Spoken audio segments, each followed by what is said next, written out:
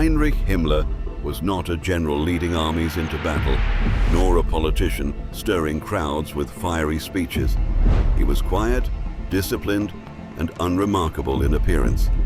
Yet behind that mild exterior lay one of the most ruthless figures of the 20th century. If you want to know what Hitler is thinking, you should look at what Himmler is doing. No one interprets and understands Hitler's desires in racial policy with a better track record of accuracy than Heinrich Himmler. As Reichsführer SS, Himmler built the foundations of Nazi terror, reshaping Germany from within and unleashing genocide across Europe. Before the war, he created the SS as a state within a state, complete with its own ideology, police, and concentration camps. During the war, he became the architect of the Holocaust, the overseer of slave labor, the executor of Hitler's darkest visions.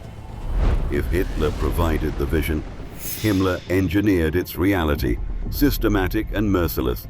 Himmler, who came across as this sort of rather weak person, was in fact one of the most evil and one of the strongest people in the creation of this racial horror nightmare. Heinrich Himmler was born on October 7th, 1900 in Munich, Bavaria, into a conservative Catholic family. His father, a schoolteacher, instilled discipline, while his mother nurtured him in a strict environment. Physically frail and shy, Himmler never became the soldier he dreamed of in World War I, but he was obsessed with duty, order, and German nationalism. In the 1920s, after studying agriculture, Himmler joined the National Socialist German Workers' Party. He quickly became enthralled by Hitler's vision of racial purity and German expansion. More than anything, he craved order, structure, and ideological clarity. This obsession would define his rise to power. By the time war began in 1939, Himmler had already reshaped Germany in fundamental ways. His responsibilities before the outbreak of World War II laid the foundation for genocide. When Himmler took over the SS in 1929, it was a small paramilitary bodyguard unit for Hitler, with fewer than 300 members.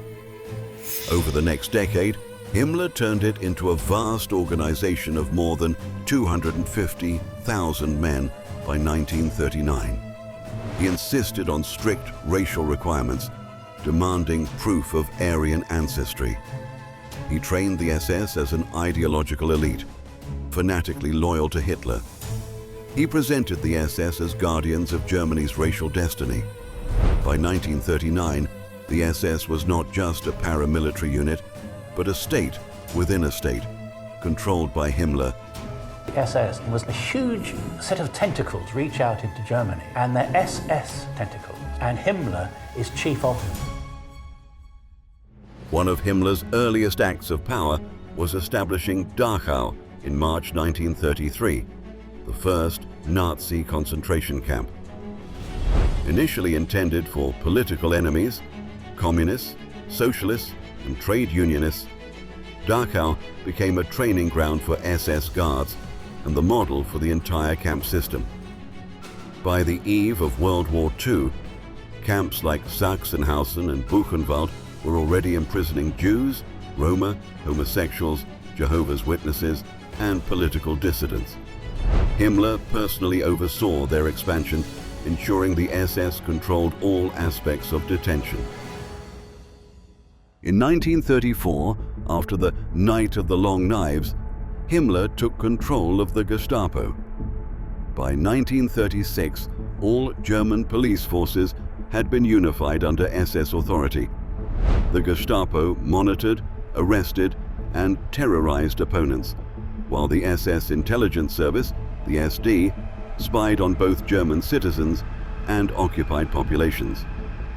Protective detention allowed the Gestapo, and from 1934 on, only the Gestapo, the secret state police, to take individuals into custody without any offense having been committed. In 1939, Himmler merged the Gestapo, Kripo, and SD into the Reich Main Security Office, creating an unprecedented surveillance state. Himmler was also deeply involved in enforcing Nazi racial ideology before the war.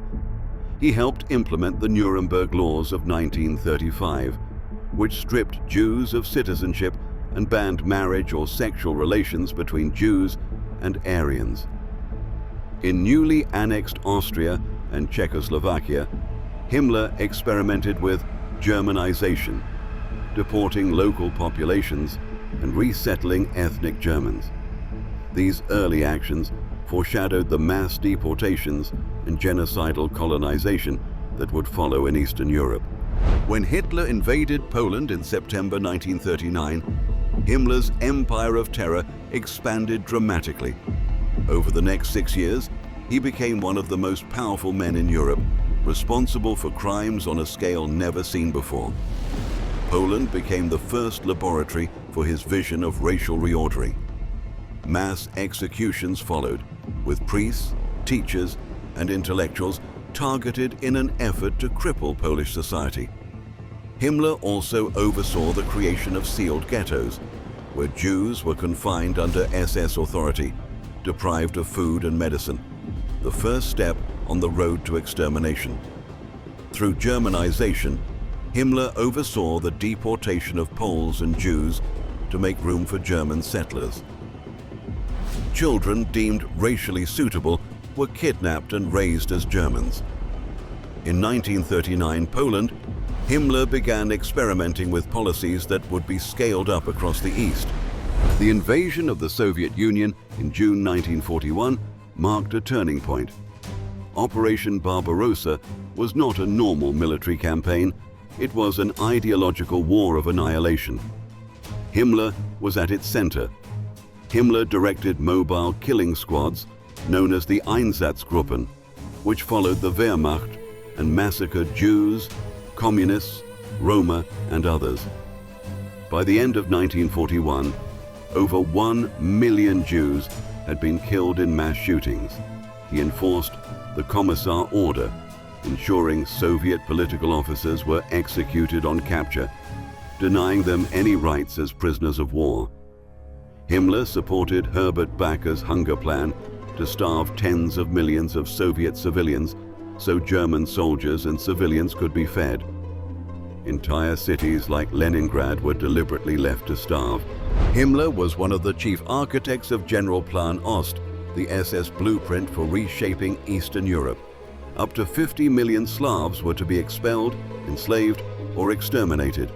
And this led to the biggest mass death in the German sphere of influence in 1941. 2.2 million died, and a total of about 3.3 million Soviet prisoners of war perished in German captivity. Ukraine's fertile farmland was to serve as a German breadbasket, feeding the Reich and the Wehrmacht. Major cities like Moscow and Leningrad were slated for destruction. German settlers would replace them, building a new racial empire.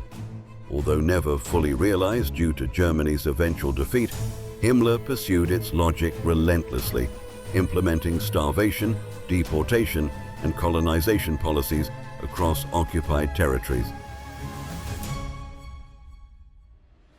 Himmler's most infamous role was as overseer of the Holocaust. By late 1941, the killing shifted from mass shootings to industrialized extermination. Under his authority, death camps such as Auschwitz-Birkenau, Treblinka, Belzec, Sobibor, Chelmno, and Majdanek were built and operated. At the Wannsee Conference in January 1942, Reinhard Heydrich, Himmler's deputy, coordinated the final solution with senior Nazi officials. Himmler personally visited Auschwitz and other camps, inspecting gas chambers and crematoria. Millions of Jews, along with Roma, disabled people, and others, were murdered under his control. In speeches to his SS officers, Himmler portrayed genocide as a solemn duty, one to be carried out with hardness for the future of the Reich. Himmler also oversaw the vast system of slave labor that fueled the German war machine. Millions of Soviet prisoners of war and civilians from occupied countries were deported to Germany. Concentration camp inmates were forced into back-breaking work for companies like IG Farben. Conditions were deliberately brutal. Starvation rations, disease, and beatings ensured enormous death rates. After the assassination of Reinhard Heydrich, his powerful SS deputy, the SS destroyed the village of Lidice in Czechoslovakia, killing its men and deporting its women and children. By 1943 and 44, Himmler was at the height of his power. But as the war turned against Germany, his power began to fade. Hitler grew increasingly suspicious of him, while Martin Bormann tightened his grip as the Führer's closest confidant. In 1945, as Germany collapsed, Himmler attempted secret peace talks with the Western Allies in hopes of saving himself and perhaps positioning as Hitler's successor. When Hitler discovered the betrayal, he stripped Himmler of all positions on April 28th. A world shattered. The most faithful of the faithful, Himmler, on whom he had always relied so much, he had betrayed him, as he put it. Yet this act, coming just 2 days before Hitler's own suicide, was more symbolic than meaningful. A final gesture of fury in a regime already disintegrating. Captured by the British in May 1945, Himmler committed suicide with cyanide, evading trial at Nuremberg. Heinrich Himmler reshaped Nazi Germany through organization, ideology, and sheer brutality. Before the war, he built the SS into a racial elite, established the camp system, and created a surveillance state. During the war, he orchestrated the Holocaust, oversaw the starvation of millions under the Hunger Plan, and the colonization schemes of General Plan Ost. He enslaved entire populations, planned the Einsatzgruppen massacres, and crushed resistance with ruthless violence. Himmler was not simply following orders. He was a chief architect of turning the Nazi state into a machine of genocide.